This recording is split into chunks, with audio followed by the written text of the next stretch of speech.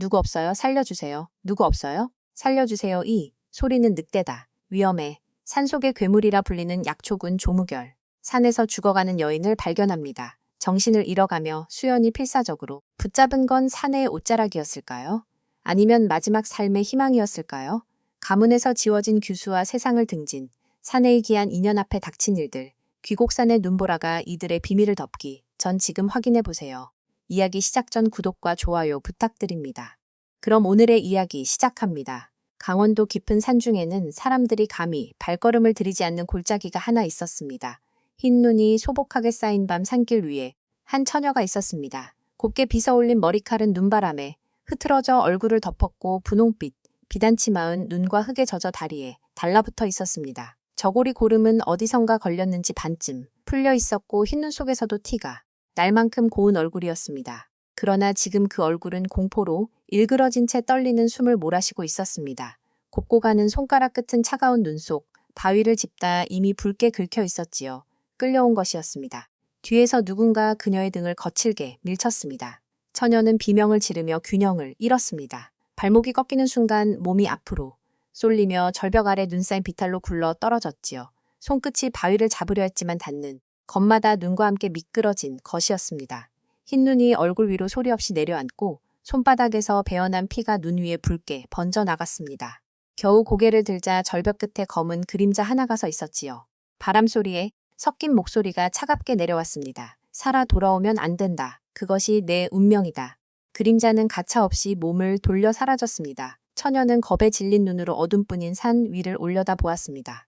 멀리서 굶주인 늑대의 울음소리가 들려왔습니다. 한 마리가 아니었지요. 바람을 타고 번지는 소리는 점점 가까워졌습니다. 거기 누구느냐 살려다오. 떨리는 목소리는 눈보라 속으로 흩어질 뿐이었습니다.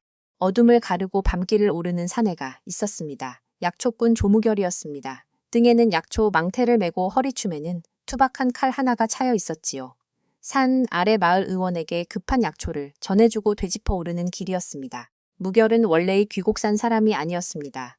억울한 가문 몰락 이후 신분을 숨긴 채 전국산을 떠돌아온 사내였지요. 눈 쌓인 산길을 오르던 무결의 발걸음이 갑자기 멈췄습니다. 바람 사이로 들려오는 늑대 소리가 심상치 않았습니다. 수년을 귀곡산에서 지내며 귀에 익은 소리였지만 이번엔 달랐지요. 짐승이 먹이를 애워싼 소리였습니다. 그리고 그 소리 아래 짐승 것이 아닌 아주 작은 흐느낌이 섞여 들어왔습니다. 무결은 망태를 바위 뒤에 내던지고 한 다음에 비탈 아래로 내려갔습니다. 내려가면서도 눈이 발자국과 피냄새, 방향을 동시에 읽었지요.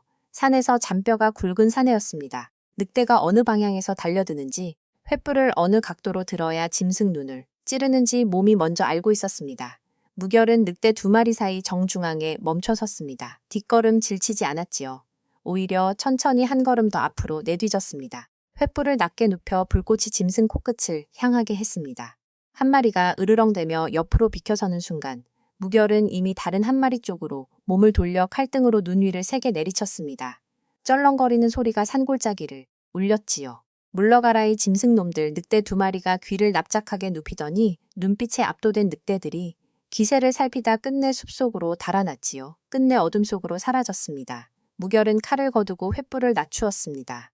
수만 번 흐트러지지 않은 것이었습니다. 무결이 처녀에게 다가갔습니다. 괜찮으시오.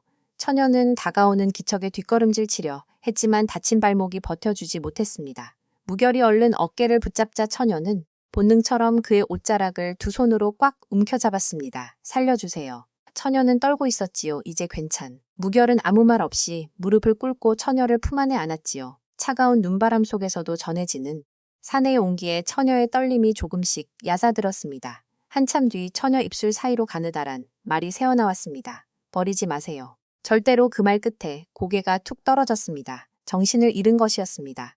무결은 걸치고 있던 도포를 벗어 처녀를 꼼꼼히 감쌌습니다. 그리고 조심스럽게 등을 내어 업었지요. 눈보라는 더욱 거세 눈앞을 가렸지만 무결의 발걸음은 흔들리지 않았습니다. 귀곡산이 그대를 버렸을지 모르나 내차마 그리하지 못하겠구려. 이름도 모르는 처녀를 등에 업은 채 무결은 산소군을 향해 묵묵히 걸음을 옮겼습니다. 거친 숨소리와 눕는 소리만이 산에 정막을 깨우는 밤이었습니다. 무결이 음막간에 처녀를 눕힌 것은 깊은 밤이었습니다. 등에 업혀오는 동안 처녀 몸은 이미 뜨겁게 달아올라 있었지요. 무결은 지체 없이 약제자를 풀었습니다. 산에서 직접 캔쑥과 어수리 잎을 물에 불려지은 뒤 처녀의 손바닥과 발목 상처에 조심스럽게 얹었지요. 돌에 찍힌 자리가 깊었습니다. 무결은 이를 악물고 약초 진내기 상처, 속으로 스며들도록 천천히 눌러주었지요. 처녀는 의식이 없는 듯 꼼짝하지 않았습니다. 열이 좀처럼 내리지 않았습니다. 무결은 밤새 차가운 물수건을 적셔 처녀의 이마와 목덜미를 번갈아시켰지요. 물수건이 뜨뜻해지면 다시 찬물에 담갔다 짜고 또 식혀주기를 반복했습니다. 화로 불씨가 꺼지지 않도록 장작도 틈틈이 더했지요. 산 밖에는 눈보라가 몰아쳤지만 무결은 자리를 뜨지 않았습니다. 한밤중이었습니다. 처녀가 갑자기 몸을 뒤척이더니 가느다란 목소리로 울기 시작했지요. 아버님, 마버님 악몽 속에서 아버지를 부르는 소리였습니다. 눈물이 관자놀이를 타고 흘러내렸지요. 무결은 물수건을 든 채 그 모습을 바라보았습니다. 아무 말도 하지 않았지요. 다만 처녀의 곁을 지키며 조용히 앉아 있었습니다. 느낌이 잦아들 때까지 숨이 고르게 돌아올 때까지 무결은 그 자리를 떠나지 않았지요. 새벽녘이었습니다. 처녀가 천천히 눈을 떴지요. 낯선 천장이었습니다. 고개를 돌리자 화로 앞에 앉은 사내가 보였지요. 무결은 작은 뚝배기에 죽을 끓이고 있었습니다. 처녀는 마른 목소리로 물었지요. 저를 살려주셨습니까? 무결은 뚝배기에서 눈을 떼지 않은 채 짧게 답했습니다. 산에서 만났소. 처녀는 잠시 그 말을 되새기다 다시 입을 열었지요. 이 은혜를 어찌 갚을까요? 무결은 대답 대신 죽 한 그릇을 떠서 처녀 곁으로 다가왔습니다. 숟가락을 들어 한술 떠내밀었지요. 뜨겁지 않게 살짝 식힌 것이었습니다. 일단 드시오. 그것이 전부였지요. 따뜻한 것이 목을 넘어갔습니다. 처음으로 몸 안에 온기가 도는 느낌이었지요. 산에 버려진 이후 처음으로 느끼는 안도감이었습니다. 며칠이 지나도 산에는 눈이 그칠 줄 몰랐습니다. 음막박근 허리춤까지 하얗게 쌓여갔고 산 아래 마을로 내려가는 길은 완전히 막혀버렸지요. 두 사람은 그렇게 눈 속에 갇혔습니다. 처음 며칠 동안 처녀는 거의 말을 하지 않았지요. 무결이 조금이라도 가까이 다가오면 눈을 크게 뜨고 구석으로 물러났습니다. 그러나 무결은 처녀가 누구인지 왜 산에 버려졌는지 단 한 번도 먼저 묻지 않았지요. 밥을 지으면 그냥 먼저 내밀었고 처녀의 발목 헝겊이 풀어지면 말없이 다시 감아 주었습니다. 아무것도 요구하지 않고 아무것도 캐묻지 않는 사내였지요. 처녀는 그런 무결 태도가 오히려 더 낯설고 이상하게 느껴졌습니다. 눈보라가 사흘째 이어지던 날이었습니다. 무결은 산에 오르지 못하고 음막간에 앉아 쌓아둔 약초 꾸러미들을 하나씩 펼쳐 상한 잎을 골라내기 시작했지요. 처녀는 말없이 그의 곁에 앉아 마른 약초잎을 하나씩 분류해 주었습니다. 두 사람은 한동안 아무 말 없이 손만 움직였지요. 음막 안에는 약초 특유의 풀 냄새와 화롯을 타는 소리만 이어졌습니다. 한참 조용한 시간이 흐른 끝에 처녀는 작은 목소리로 입을 열었지요. 살려주셔서 고맙습니다.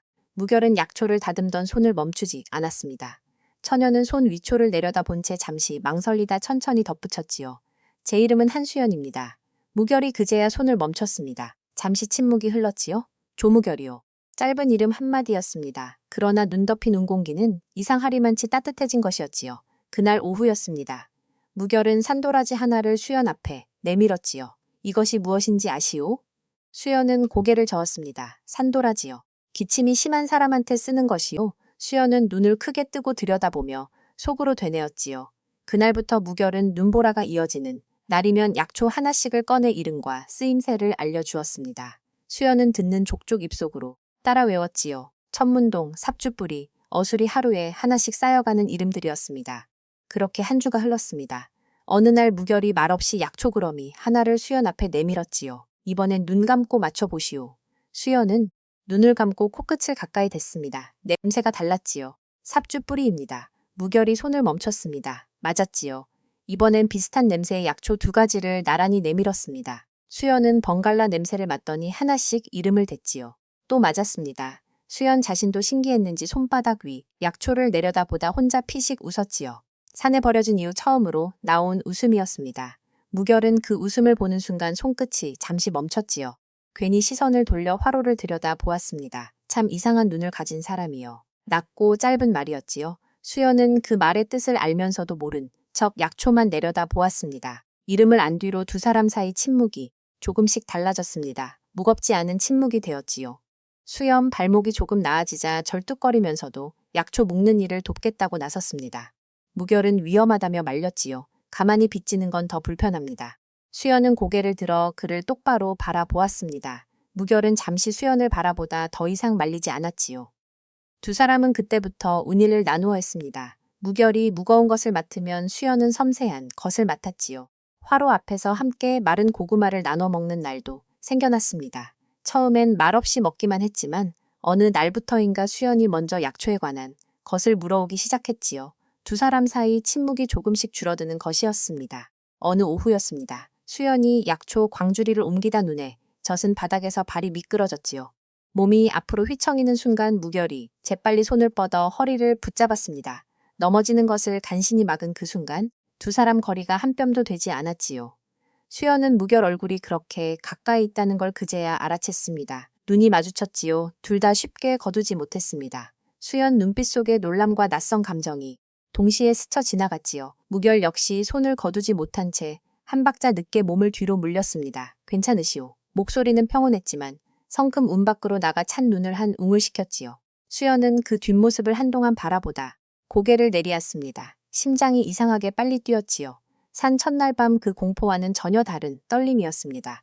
수연은 그 감정이 무엇인지 아직 이름을 알지 못했지요. 눈이 잠시 그친 저녁이었습니다. 무결은 음막 밖에서 혼자 약초를 말려고 있었지요. 넓게 펼친 멍석, 위에 약초를 하나씩 늘어놓는 손길이 조용하고 익숙했습니다. 수연은 운틈으로 그 모습을 바라보다 자신도 모르게 입가에 미소가 번지는 것을 느꼈지요. 무뚝뚝하고 말이 없는 사내였지만 손은 늘 무언가를 살리는 쪽으로 움직이는 사람이었습니다. 수연은 그것을 이산 음막에서 날마다 가까이서 보아온 것이었지요. 무결은 그날 음막 안으로 들어오면서 수연이 자신을 바라보고 있었다는 것을 알았습니다. 그러나 모른 척했지요. 그리고 그 순간 문득 깨달은 것이 있었습니다. 언제부턴가 수연 발걸음 소리가 들리면 귀가 먼저 움직이고 있었다는 것이었지요. 약초를 정리하다가도 화로에 장작을 넣다가도 수연 발소리가 가까워지면 자신도 모르게 손이 멈추어 있었습니다. 무결은 그 사실을 깨닫고 잠시 화로만 들여다보았지요. 저녁이 깊어지자 움막아는 화로 불빛만 남았습니다. 수연은 낮에 몰래 챙겨두었던 무결, 도포를 무릎 위에 올려놓았지요. 산 첫날 밤 수연을 감싸주었던 그 도포였습니다. 소매 끝이 찢겨 있었고 깃도 군데군데 헤어져 있었지요. 수연은 조용히 바늘을 꺼내 꿰매기 시작했습니다. 무결은 화로 맞은편에 앉아 약초를 정리하다 그 모습을 발견했지요. 뭐라 말하려다 입을 다물었습니다. 수연의 손길이 꼼꼼하고 정성스러웠지요. 무결은 결국 아무 말도 하지 않은 채 괜히 화로불만 뒤적였습니다. 한참 뒤 수연이 도포를 들어올려 꿰맨 자리를 살펴보고는 조용히 무결 쪽으로 밀어놓았지요. 무결은 그것을 들어 잠깐 바라보다 고맙다는 말 대신 다시 화로 쪽으로 시선을 돌렸습니다. 그래도 도포는 그날 밤 내내 무결손 가까이 놓여 있었지요. 새벽녘이었습니다. 화로 불씨가 낮아지자 운공기가 서늘해지기 시작했지요. 화로 곁에 등을 기대고 잠든 수연, 어깨가 조금씩 떨리기 시작했습니다. 우결은 잠이 얕았지요. 수연 떨림을 느끼고 천천히 눈을 떴습니다. 자신의 담요를 들어 수연 어깨 위에 조용히 덮어주었지요. 수연은 깨지 않았습니다. 잠결에 손끝이 움직이더니 담요 끝자락을 꼭 붙잡았지요. 그리고 더 가까이 몸을 웅크렸습니다. 무결은 한동안 그 모습을 바라보다 조용히 등을 벽에 기댔지요. 담요 없이도 이상하게 춥지 않은 밤이었습니다. 한 달이 다 되어가던 어느 밤이었습니다. 밤새 내리던 눈이 그치고 발빛이 산 위로 조용히 내려앉았지요. 수연은 음막 밖에 나와 그 달을 바라보고 있었습니다. 무결이 소리 없이 다가와 수연 곁에 섰지요. 한참 침묵이 흘렀습니다. 먼저 입을 연 것은 무결이었지요. 말하고 싶어질 때 말하시오. 잠시 뜸을 들이다 덧붙였습니다. 그 전까지는 묻지 않을 테니. 수연은 그 말을 듣고 눈물 대신 천천히 안도한 숨을 내쉬었지요. 한 달 내내 묻지도 않고 재촉하지도 않고 그저 곁에 있어준 사내였습니다. 수연은 달빛 아래 무결 옆모습을 가만히 바라보았지요. 산 처막 끝에서 고드름이 하나씩 떨어지기 시작한 것은 바로 그 무렵이었습니다. 눈이 조금씩 녹고 있었지요. 버려진 처녀와 떠돌이 약초군이 한 달이라는 식 속에서 서로의 이름을 알고 서로의 온기에 조금씩 익숙해진 것이었습니다. 수연 마음 한쪽에서는 낯선 두근거림이 자리를 잡아가고 있었고 무결은 자신도 모르는 사이 누군가의 발걸음 소리를 기다리는 사람이 되어 있었지요. 눈 덮인 산눈막에서 두 사람의 계절도 그렇게 조금씩 녹아내리기 시작하고 있었습니다. 그러나 수연에게는 아직 꺼내지 못한 이야기가 남아 있었지요. 산에 올라온 지 어느덧 한 달이 지나 있었습니다. 눈이 잠시 그친 새벽, 무결은 낡은 망태를 메고 혼자 산 깊은 곳으로 올라갔지요. 어린 시절 부모를 잃은 무결은 평생 산과 장터를 떠돌며 약초꾼으로 살아왔습니다. 사람보다 산짐승과 약초 이름을 먼저 배웠고 굶주인 날이면 독초와 산나무를 구분하며 목숨을 이어왔지요. 억울한 가음 몰락 이후 신분을 숨긴 채 전국산을 떠돌아온 것이었습니다. 무뚝뚝하고 말이 없었지만 손은 늘 남을 향해 먼저 움직이는 사람이었던 거죠. 해질 무렵 수연은 문득 깨달았지요. 어느새 무결이 돌아오는 시간을 발걸음, 소리만으로도 짐작할 수 있게 된 것이었습니다. 무결은 젖은 도포를 털며 여러 약초구러미를 화로 곁에 내려놓았습니다. 그런데 그 속에 수연이 처음 보는 것이 하나 섞여 있었지요. 줄기는 이미 말라 꺾여 있었고 그 아래 검붉은 뿌리만 굵게 남아있는 것이었습니다. 꽃도 잎도 없이 뿌리만 덩그러니 남은 모양이었지요. 수연은 신기해하며 손을 뻗었지요. 무결이 낮고 빠르게 말했습니다. 만지지 마시오. 수연이 손을 거뒀지요. 무결은 조심스럽게 그 뿌리를 집어 화로 곁에 따로 펼쳐 놓으며 입을 열었습니다. 투구꽃이요. 초오라 불리는 독초인데 사약 재료로도 쓰이는 것이요. 독성이 강해 함부로 다루면 안 된다는 설명이 이어진 것이었습니다. 조금씩 먹이면 멀쩡한 사람도 폐인처럼 변하는 법이요. 오래 먹이면 정신이 흐려지고 몸이 서서히 마비되는 것이지요. 그 말이 채 끝나기도 전이었습니다. 음막 안에 싸하고 비릿한 풀냄새가 천천히 퍼지기 시작한 것이었지요. 그 냄새를 맡은 순간 수연 얼굴이 서서히 굳어지기 시작했습니다. 2년 전부터였지요. 밤마다 아버지가 마시던 차잔에서 꼭 이런 비릿한 냄새가 났던 것이었습니다. 어머니를 연병으로 먼저 이은 뒤 아버지만 바라보고 살아온 수연이었지요. 매일 직접 차를 올렸으니 그 냄새를 누구보다 선명하게 기억하고 있었던 것이었습니다. 밤이 깊을수록 멍하게 흐려지던 아버지. 눈빛까지 떠오르자 수연은 숨조차 제대로 쉬지 못했지요. 손끝이 떨리기 시작했습니다. 무결이 수연을 바라보았지요. 수연은 화로 위 독초에서 눈을 떼지 못한 채 낮게 입을 열었습니다. 냄새입니다. 무결이 눈썹을 좁혔지요. 수연은 떨리는 목소리로 말을 이었습니다. 아버님 차잔에서 밤마다 맡던 냄새입니다. 차를 드시고 나면 눈빛이 흐려지셨지요. 붓을 잡는 손도 떨리셨고요. 목소리가 잠겼습니다. 그것이 날마다 이어졌지요. 그리고 어느 날 밤 집안이 한순간에 무너진 것이었습니다. 수연은 끝내 눈물을 터뜨렸지요. 아버님이 역적이 아닐 수도 있다는 생각을 했습니다. 한참 뒤 수녀는 떨리는 손으로 무결, 소매를 붙잡았습니다. 그리고 울먹이는 목소리로 말한 것이었습니다. 아버님을 살려야 합니다. 무결은 잠시 말없이 수연 눈물을 바라보았지요.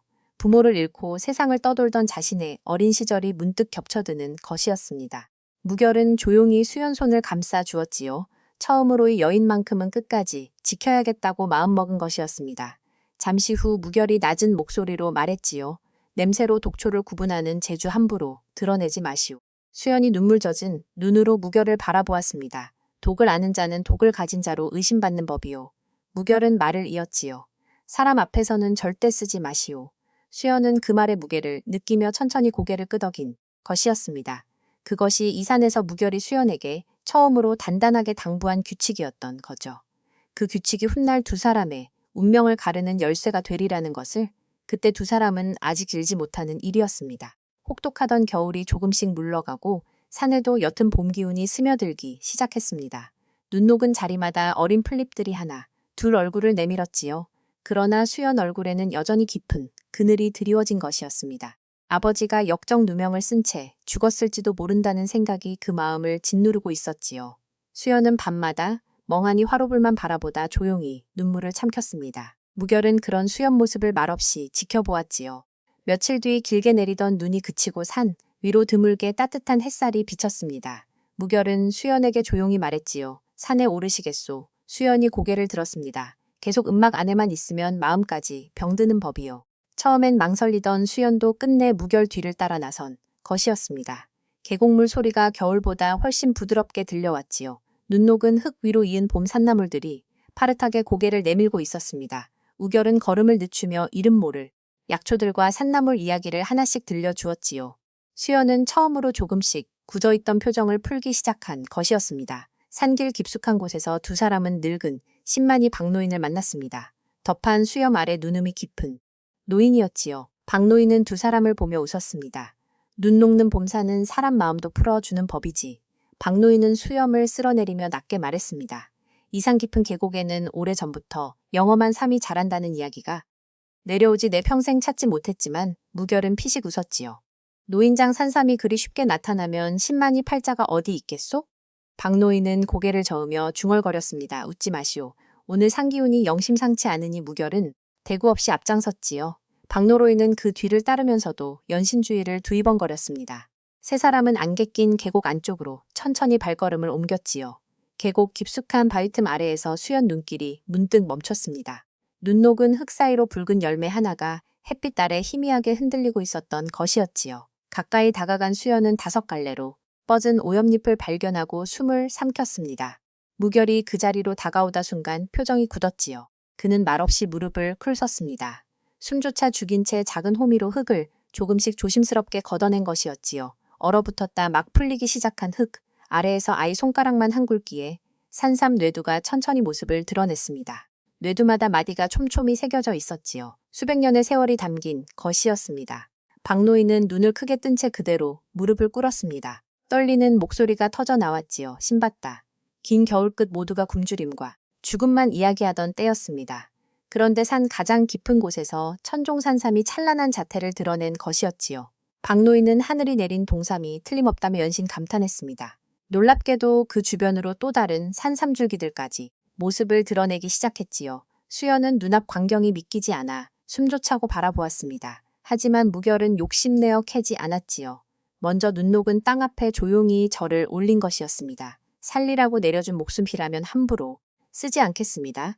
박노인은 산삼 하나만 팔아도 평생 부자로 살 수 있다고 말했지요. 무결은 담담히 고개를 저었습니다. 사람 살리는데 먼저 써야 하오. 수연은 그 순간 자신을 살리고 사람까지 살리려 하는 무결 모습을 처음으로 한 남자로 바라보게 된 것이었지요. 그 눈빛이 오래도록 가슴 안에 남는 것이었습니다. 산삼을 캐고 돌아온 지 며칠이 지나지 않아 소문 하나가 들려왔습니다. 평창 현감 홍사도의 노모가 죽어간다는 것이었지요. 의원이란 의원은 모두 다녀갔지만 손을 놓고 말았다는 것이었습니다. 그 소문은 장터를 돌고 돌아 결국 박노인 귀에 들어왔고 박노인은 무결을 찾아왔지요. 함께 따라온 장사꾼들이 무결 앞에 엉덩이를 붙이자마자 말을 쏟아냈습니다. 그 산삼을 한양에 가져가면 적어도 천냥은 받을 수 있어. 지금 당장 팔아야 하오. 무결은 아무 말 없이 듣고만 있었지요. 수연이 먼저 입을 열었습니다. 사람이 죽어가고 있습니다. 장사꾼이 픽 웃었지요. 낭자 세상에 죽어가는 사람이 한두이요. 수연은 눈빛을 흔들지 않았습니다. 그래도 지금 살릴 수 있는 사람이 있다면 먼저 살려야 하는 법이지요. 장사꾼들이 무결을 바라보았습니다. 무결은 잠시 수연을 바라보다 산삼꾸러미를 집어들었지요. 그것으로 대답을 대신한 것이었습니다. 홍사도 관하로 들어선 두 사람을 맞이한 것은 눈이 쾌하게 들어간 사도였습니다. 방 안에는 이미 순미실처럼 가는 노모가 누워 있었지요. 무결은 노모맥을 짚어보고 천천히 산삼 뇌들을 골랐습니다. 그런데 첫 양이 들어가자마자 노모이 갑자기 뒤틀리기 시작한 것이었지요. 사또가 자리에서 벌떡 일어났습니다. 이게 무슨 짓이요? 관아 사람들이 순렁이었지요. 수연 역시 얼굴이 하얗게 질렸습니다. 무결은 자리를 지키며 노모 등을 천천히 쓸어내렸지요. 명현 반응이요. 도끼가 밀려 나오는 거신이 물러서시오. 목소리는 낮고 단호했습니다. 산은 주먹을 준 채 떨렸지만 끝내 자리를 내주었지요. 그날 이후 무결은 관아에 머물며 날마다 탕을 다렸습니다. 첫 이틀은 노모이 오히려 더 힘들어 보이는 것이었지요. 열이 오르내렸고 사돈는 방문 앞을 서성이며 무결을 재촉했습니다. 무결은 흔들리지 않았지요.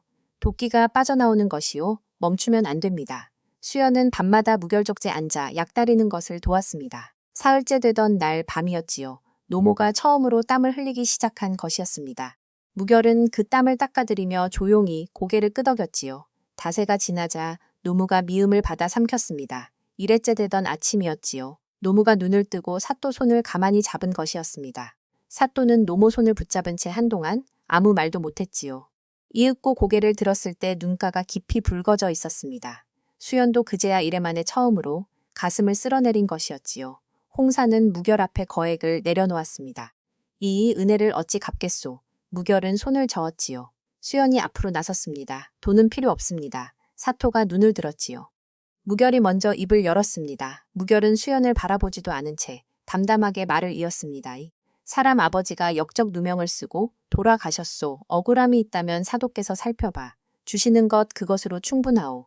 수연은 무결을 바라보다 눈이 뜨거워지는 것을 느꼈지요. 수연은 떨리는 숨을 가다듬고 말을 이었습니다. 저희 아버님이 역적 누명을 쓰고 돌아가셨습니다. 억울함을 밝혀주시는 것.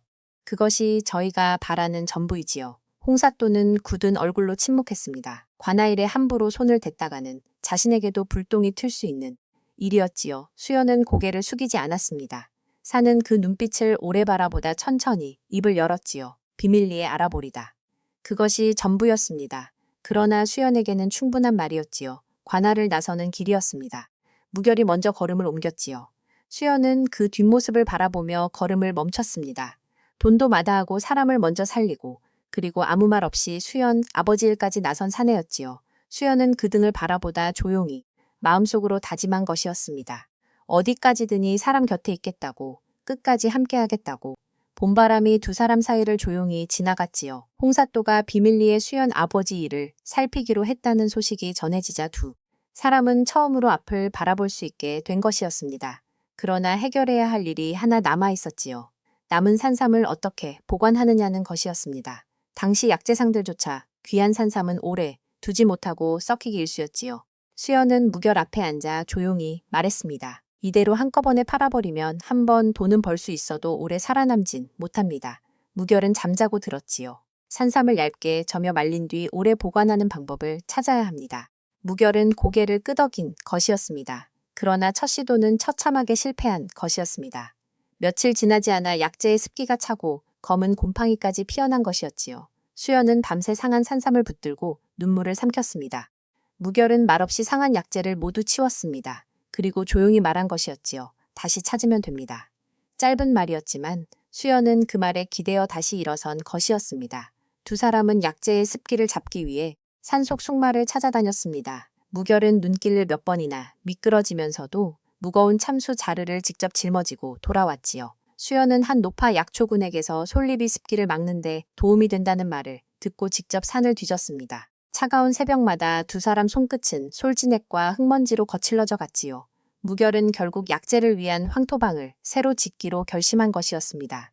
겨울이 채 가시지 않은 땅을 깨 황토를 퍼나르고 맨손으로 진흙을 이겨 벽을 바르기 시작했지요. 수연은 그 옆에서 황토를 날랐습니다. 물을 길어오고 무결손이 미치지 못하는 낮은 곳 흙손질까지 도왔지요. 석가래를 올리던 날이었습니다. 무거운 나무가 흔들리자 수연이 놀라 소리쳤지요. 무결은 이를 악물고 끝까지 석가래를 붙든 채 황토방 지붕을 완성한 것이었습니다.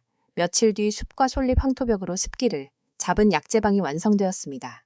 두 번째로 말린 산삼은 끝내 썩지 않았지요. 향과 빛을 그대로 간직한 채 빳빳하게 마른 것이었습니다. 수연은 처음으로 성공한 산삼 조각을 손에 준 채 울먹였지요. 무결은 그 모습을 바라보다 조용히 고개를 돌렸습니다.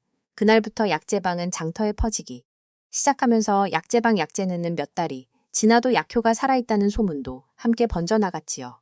병든 노인들과 기력이 약한 이들이 약재를 다시 찾기 시작했지요.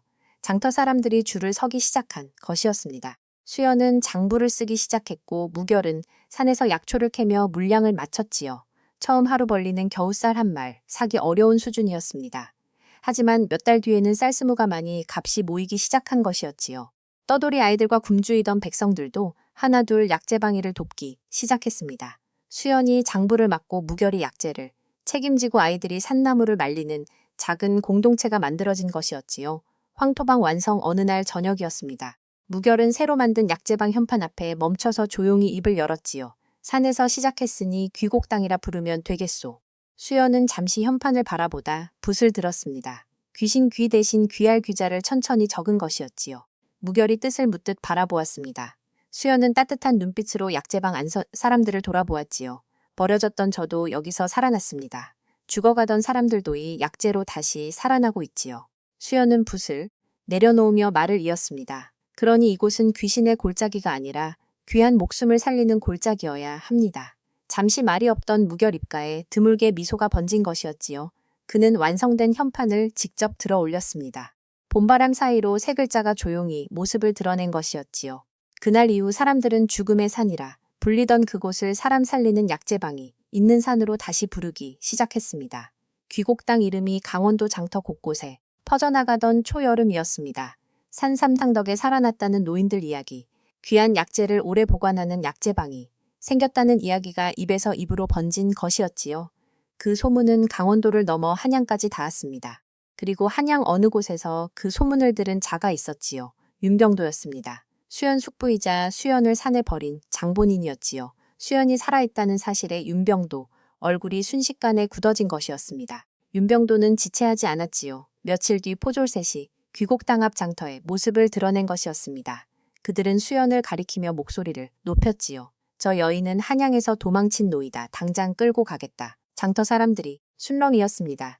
귀곡당 약재로 살아난 이들이 적지 않았지만 관절 앞에서는 누구도 선뜻 나서지 못하는 법이었지요. 사람들이 하나둘 뒤로 물러났습니다. 포졸이 수연팔을 잡으려는 순간이었지요. 무결이 앞을 막아섰습니다. 이 사람은 내 사람이요. 조용하지만 단호한 목소리였지요. 포졸들이 멈췄습니다. 장터 안이 순식간에 조용해진 것이었지요. 저 멀리 말 위에서 이 광경을 지켜보던 윤병도가 천천히 다가왔습니다. 그는 무결을 아래 위로 훑어보더니 비웃음을 흘렸지요. 약촉은 주제에 감히 윤병도는 지나가던 마부발에 흙탕물을 걷어 무결 얼굴을 향해 뿌렸습니다. 흙물이 무결 뺨과 도포를 타고 흘러내렸지요. 장터 안이 다시 술렁했습니다. 무결은 얼굴을 닦지도 않았지요. 수연 손만 더 단단히 붙잡았습니다. 윤병도 눈이 흔들렸지요. 흙탕물을 맞고도 물러서지 않는 눈빛이었습니다. 끌고 가지 못할 것 같으냐? 윤병도가 포졸들을 다그쳤지요. 무결은 한 발도 물러서지 않았습니다. 법도대로 하려면 증거를 가져오시오. 그 전까지는 이 자리를 비켜드리기 어렵. 그 말에 장터 사람들이 하나둘 다시 무결 뒤로 모여들기 시작한 것이었지요. 귀곡당 약재로 살아난 노인의 아들이었고 겨울 역병에서 아이를 건진 어이였습니다. 윤병도는 몰려드는 사람들 눈빛을 보며 끝내 만리를 돌렸지요. 두고 보자. 수연은 그 자리에서 움직이지 못했습니다. 흙탕물을 맞으면서도 조롱을 당하면서도 끝까지 자신의 손을 놓지 않은 사내였지요. 처음으로 깨달은 것이었습니다. 이 감정이 무엇인지를 두근거림도 안도감도 고마움도 아닌 것이었지요. 그보다 훨씬 깊은 무언가였습니다. 밤이 되었습니다. 수연은 무결 앞에 조용히 앉아 약사발을 내밀었지요. 무결 뺨에 흙탕물이 튀며 긁힌 자리가 남아 있었습니다. 수연은 말없이 약을 찍어 그 자리에 천천히 발라주었지요. 무결은 가만히 있었습니다. 수연 손끝이 가볍게 닿을 때마다 숨을 고르는 것이었지요. 약을 다 바른 수연이 손을 거두려는 순간 무결이 그 손목을 조용히 붙잡았습니다. 그리고 아무 말 없이 수연을 안아던 것이었지요. 수연은 저항하지 않았습니다. 무결 가슴 안에 얼굴을 묻은 채 한동안 그대로 있었지요. 낮에 참았던 떨림이 그제야 천천히 빠져나가는 것이었습니다. 산 위로 여름달이 고요하게 떠오르는 밤이었지요. 홍사또에게 아버지 일을 부탁한 지 한 달이 지나던 밤이었습니다. 귀곡당 식구들이 모두 잠든 뒤 운 밖에서 말발굽 소리가 들려온 것이었지요. 무결은 본능처럼 칼자루부터 움켜쥐었습니다. 잠시 뒤 횃불을 든 포졸 몇이 귀곡당 앞에 모습을 드러냈지요. 수연 얼굴이 순식간에 창백해졌습니다. 그러나 포졸들 뒤에서 나타난 이는 다름 아닌 홍사 사도였지요. 사또는 주위를 살핀 뒤 낮은 목소리로 말했습니다. 지금 당장 나와 함께 가셔야겠소. 무결이 수연 앞을 막아섰지요. 홍사는 더 가까이 다가와 목소리를 낮췄습니다. 윤찬판이 살아있을지도 모르 그 말을 들은 순간 수연 손끝이 떨리기 시작한 것이었지요. 무결은 수연을 바라보았습니다. 가시겠소. 수연은 떨리는 입술을 깨무는 채 천천히 고개를 끄덕였지요. 무결 눈빛이 미세하게 흔들렸습니다. 어린 시절 산중에서 들었던 독초. 증상이 머릿속을 스쳐간 것이었지요. 잠시만 기다리시오.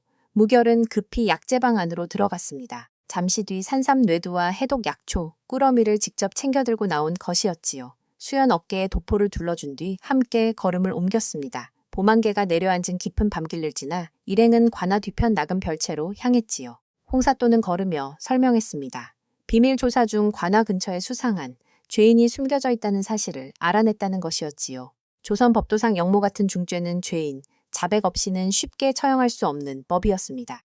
누군가 윤찬판을 죽이지 못한 채 살아 있는 죄인으로 숨겨둔 것이었지요. 별채 앞에 다다르자 녹슨 자물쇠가 이중으로 걸려 있었습니다. 홍사또가 직접 열쇠를 꺼내 떨리는 손으로 문을 열었지요.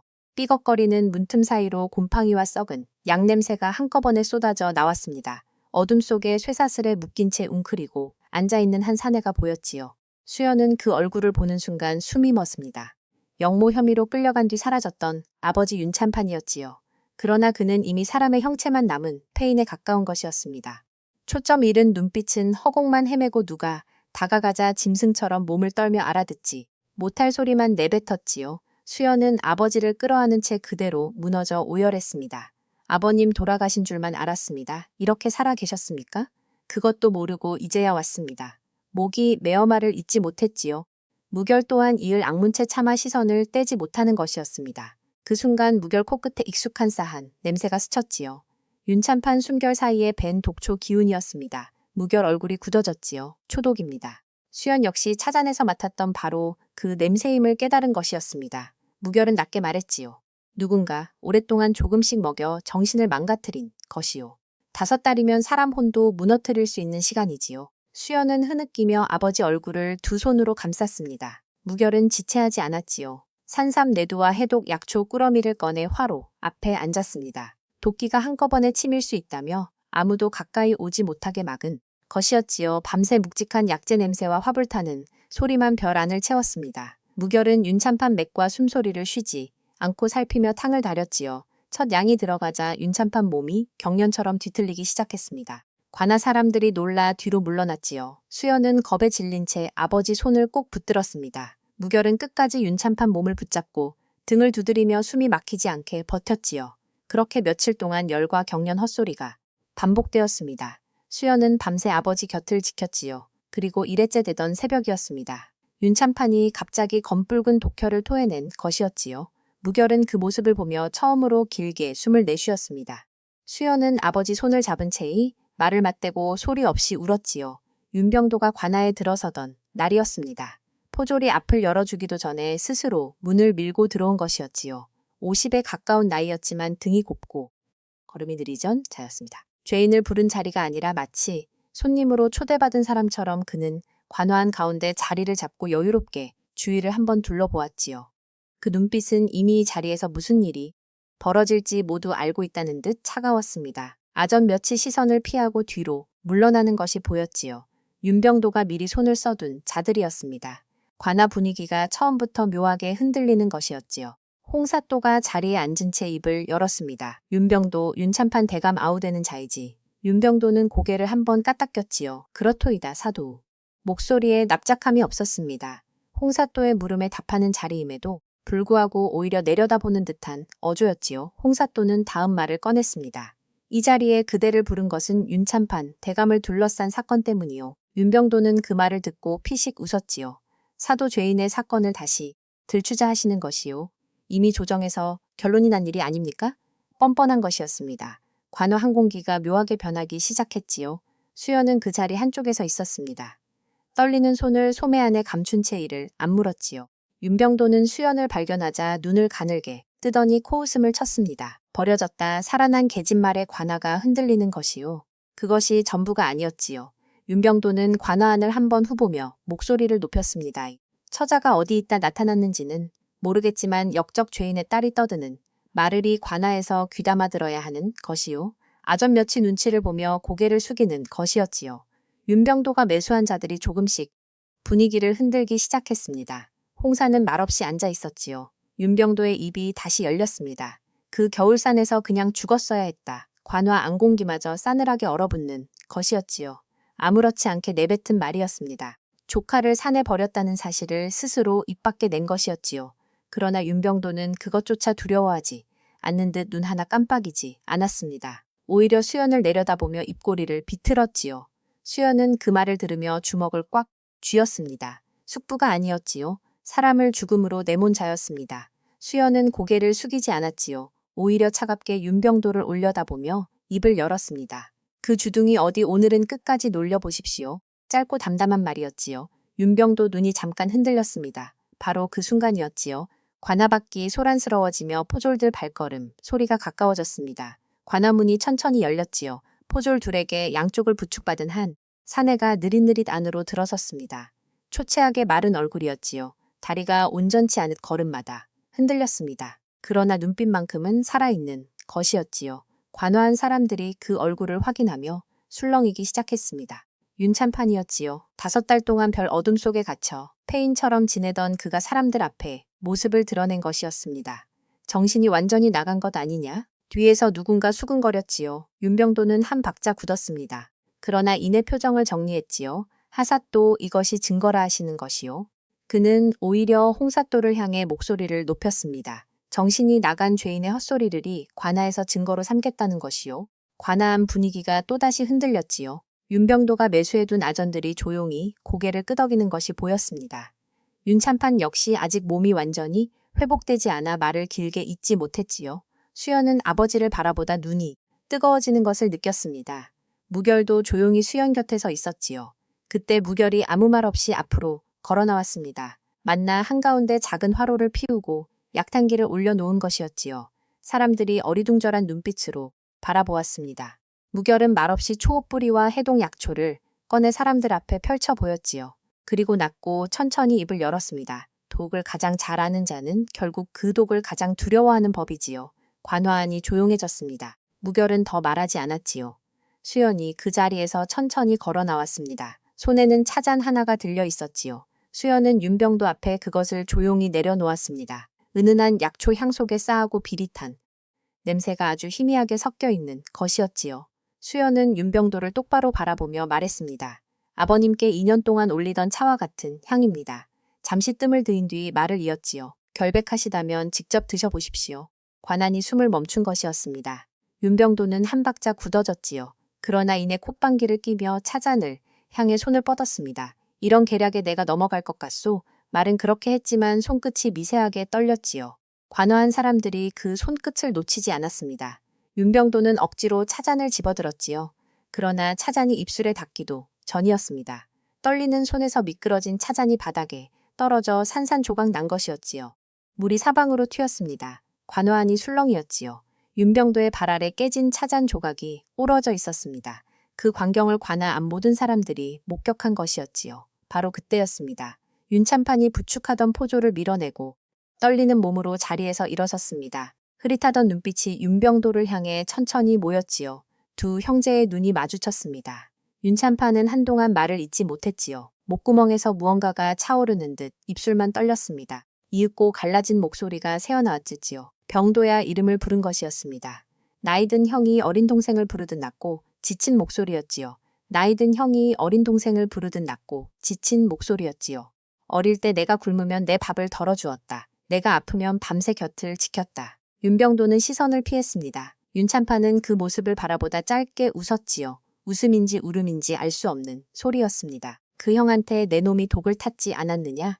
관아 안공기가 순식간에 얼어붙은 것이었지요. 내 손을 잡고 영모 문서에 수결을 찍게 했을 때 내 손이 떨리더구나. 그것만은 기억한다. 목소리가 다시 잠겼습니다. 그러나 손가락은 흔들리지 않았지요. 부끄럽지도 않느냐? 윤병도 얼굴이 하얗게 굳어진 것이었습니다. 관화 안 매수된 아전들조차 고개를 들지 못했지요. 더 이상 물러설